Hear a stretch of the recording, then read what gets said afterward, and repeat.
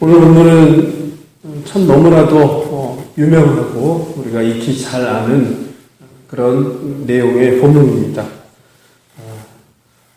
창세기 27장의 본문은 부제를 단다면 실수의 장이라고 할 수 있습니다. 이삭도 나이가 많이 들어서 믿음의 어떤 눈이 감기어졌고 인간적인 그런 실수를 했고 또 리브가도 그리고 야곱도 에서도 모두 27장에 와서는 하나님 앞에서 실수를 저지르는 그런 모습을 보게 됩니다. 인간적인 이 특징을 보면 우리 모두는 상당히 신앙생활하고 또 삶을 살아가면서 실수를 하게 됩니다.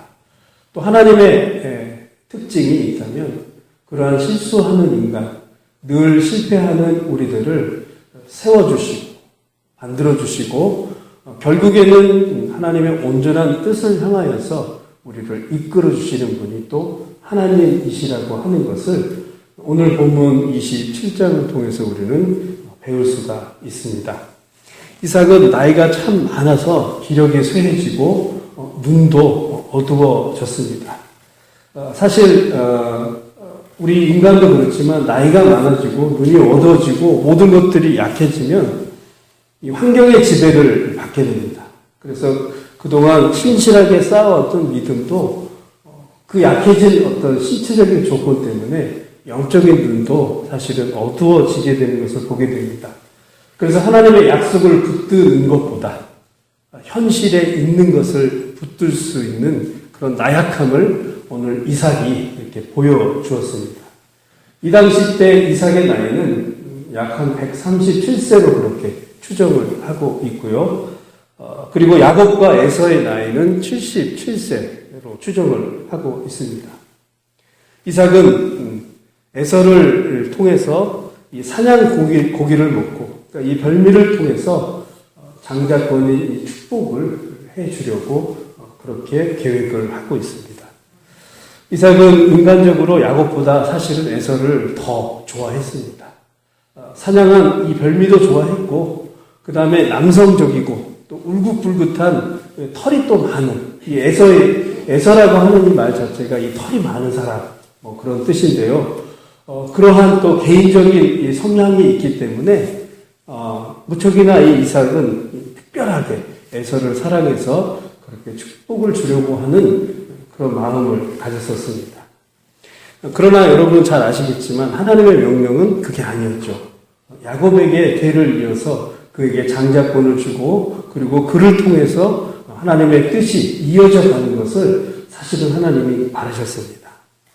이 근거는 창세기 25장에 보면은 이삭이 40살에 결혼을 하게 됩니다. 그리고 20년 동안 아이가 없다가 이 쌍둥이를 얻게 되죠.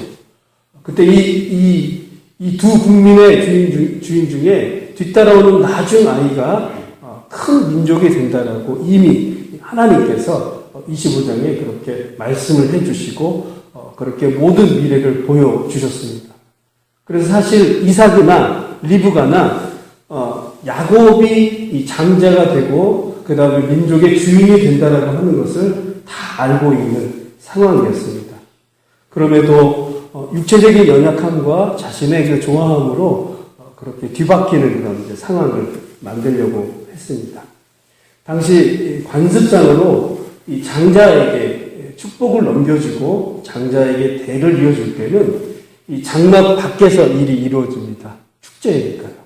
그래서 많은 가족들을 불러놓고 그야말로 큰 축제를 벌려서 만인에게 공포하고 알려주는 게 그 당시의 관습이었는데 이 이삭을 보면은 이 장막 안에서 몰래 아주 살짝 자신의 어떤 뜻을 이행을 하려고 했습니다. 하나님은 이러한 상황을 그냥 내버려 두지 않으셨죠? 어떻게 하셨죠? 개입하셨습니다. 리브가가 그 상황을 통해서 살짝 그 이삭의 뜻을 듣게 됩니다. 그래서 리브가는 또 자신의 또 실수를 또 하게 됩니다. 물론 하나님의 뜻이긴 하지만 그는 그 나름대로 아무리 목적이 좋다 해도 야곱을 통해서 어떡하죠? 거짓말을 하도록 그렇게 만듭니다. 그래서 가장 그 사냥하는 고기 중에 비슷한 게 그 염소라고 합니다. 뭐 여러 가지 많은 고기도 있겠지만 이 염소 이 고기 2마리를 통해서 별미를 만들어 가지고 대접을 하려고 하는 그런 계획을 세웠습니다. 리브가의 실수는 여기서 또 드러나죠. 아무리 좋은 방법이라 할지라도 그는 선한 방법으로 이것들을 했었어야 하는데 그렇지 못했다라고 하는 것입니다. 그리고 야곱도 이러한 상황에서 자신의 이제 신앙적인 양심이 드러납니다. 아버지께 혼날 것, 저주받을 것을 분명히 이것이 아니다라고 하는 것을 그는 또 알게 되었지만 결국에는 그런 또 일을 저지르고 실수를 하게 됩니다. 오늘 여러 가지 많은 이 본문의 인물들과 일을 보면은요, 그러나 이런 실수 가운데서도 하나님은 포기하지 않으시고 자신의 뜻을 이루어 주신다라고 하는 그런 일하시는 하나님을 보게 됩니다. 하나님은 우리 인간의 그런 생각마저도 다 아시고 결국에는 모든 일들을 자신의 뜻으로 이렇게 만들어 주신다라고 하는 것입니다. 그러나 또 하나 우리가 알아야 할 것은 그렇다고 해서 우리가 실수를 늘 아무렇게나 지어서는 안 되는 것입니다. 왜냐하면 사실 야곱 같은 경우는 이 일을 통해서 어떤 결과가 일어났죠? 에서의 그 화를 통해서 바단 아람으로 도망을 가게 되죠. 그래서 그곳에서 삼촌 라반을 통해서 새로운 또 힘든 그런 인생을 맛보게 됩니다. 이 일을 통해서.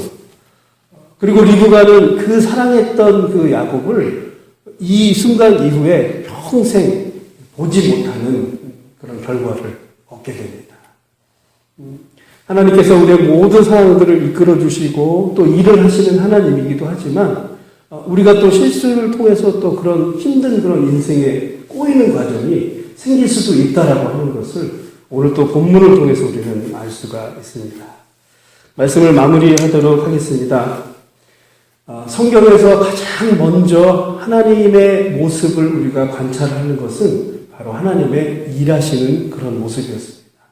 천지를 만드시고 그리고 그 에덴 동산에서 우리에게 많은 것들을 허락하시고 복 주시는 그런 하나님을 우리가 맨 처음 창세기 1장을 통해서 우리는 관찰을 합니다. 그리고 그의 인생이 아담과 하와를 통해서 많이 꼬였습니다.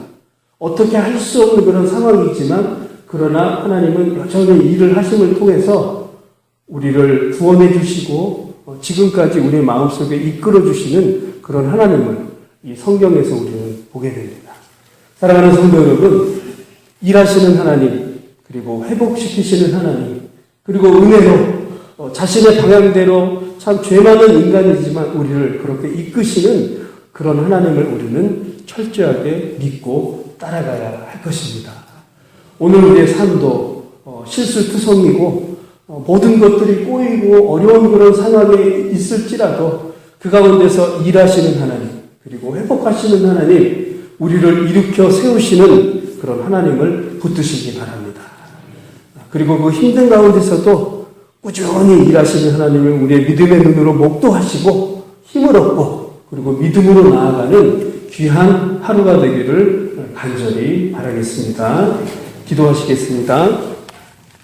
사랑해 주님 감사합니다. 오늘도 하나님의 은혜 가운데 꾸준히 일하시고 어떠한 상황에서도 하나님의 계획으로 우리를 이끌어 주시는 그런 놀라운 상황을 우리가 오늘 말씀을 통해서 배웠습니다.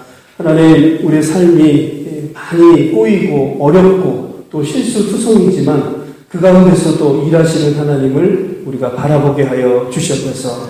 오늘도 하나님 펼쳐질 이 하루 가운데 정말로 주님을 찬양하는 하루가 되게 하시고 하나님께 간절히 간구함으로 그리고 응답받는 귀한 하루가 될 수 있도록 주님 인도하여 주시옵소서. 함께 하시는 감사하며 예수님의 이름으로 기도드렸습니다. 아멘.